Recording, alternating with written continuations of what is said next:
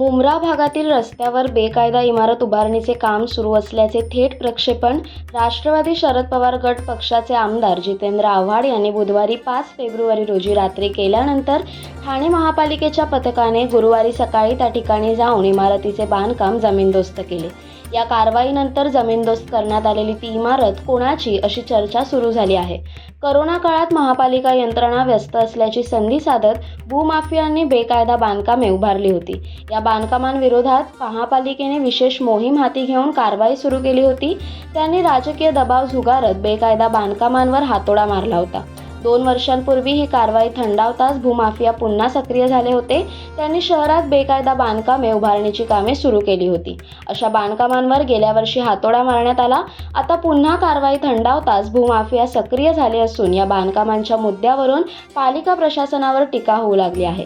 अशाच एका मुंब्र्यातील बांधकामावरून राष्ट्रवादी शरद पवार गटाचे आमदार जितेंद्र आव्हाड यांनी पालिकेवर टीका केली होती।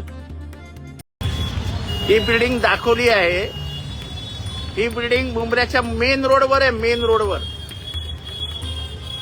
पिंट्या दादा हाऊसच्या समोर, हे समोर पिंट्या दादा हाऊस आहे, हे समोर त्याच्या समोर ही बिल्डिंग बांधतायत। एक आमदार म्हणून वारंवार तक्रारी करून सुद्धा तुमचे बेशरम ऑफिसर मनीष जोशी आणि बाळी पुचड हे सगळ्यांकडनं पैसे घेतात, त्याच या बिल्डिंगला हातभार लावतायत। आता आयुक्त महोदय काय कारवाई करणार ते सांगा।